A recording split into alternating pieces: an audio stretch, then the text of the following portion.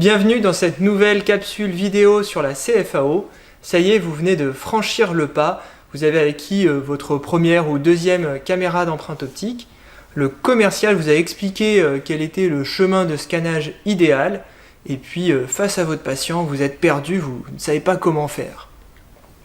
Ce qu'il faut retenir avec la caméra d'empreinte optique, c'est que le chemin de scannage doit viser à donner le plus d'angles de vue différents.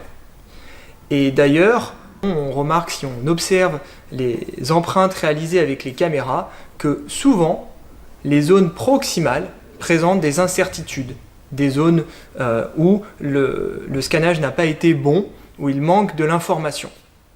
Pourquoi ? Eh bien, classiquement parce que ces zones présentent un angle de vue, un angle de scannage qui est très faible, et donc la caméra d'empreinte optique va avoir du mal à acquérir de l'information au niveau de cette zone. Alors, intéressons-nous à deux situations cliniques.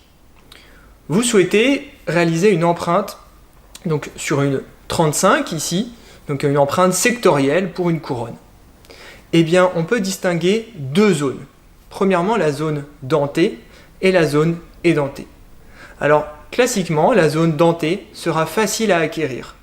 La distance de scannage est régulière, les angles de vue qui peuvent être pris sont simples également avec le mouvement du poignet avec la caméra d'empreinte optique.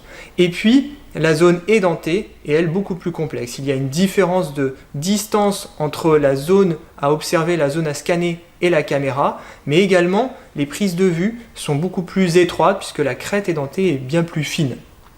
Alors, par quelle zone commencer ? Eh bien, nous débuterons classiquement notre chemin de scannage par la zone simple à acquérir et puis nous terminerons par la zone la plus complexe, ici la zone édentée. Intéressons-nous à un deuxième cas, une deuxième situation.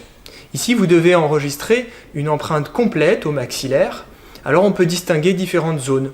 La zone postérieure au niveau de 15-16 sera simple à acquérir, tandis que la zone au niveau de la 17 est beaucoup plus complexe, notamment du fait des muscles masticateurs qui peuvent limiter le mouvement de scannage. Ensuite, nous aurons une autre zone de difficulté au niveau de la canine, du fait du changement d'angle de vue. Ensuite, les incisives, qui, lorsqu'elles sont longues et relativement plates, présentent un angle de vue, un changement d'angle qui est abrupt entre la zone palatine et la zone vestibulaire. Et enfin, encore une fois, la zone édentée qui peut présenter, encore une fois, une difficulté. Alors, il s'agissait d'une introduction avec deux cas typiques. Bien sûr, d'autres facteurs auraient pu être définis, comme par exemple la buée ou la langue, qui peuvent fortement complexifier le scannage et la précision d'une empreinte. Alors, il s'agissait d'une introduction et ces autres facteurs seront évalués, analysés dans une future capsule. Merci à vous.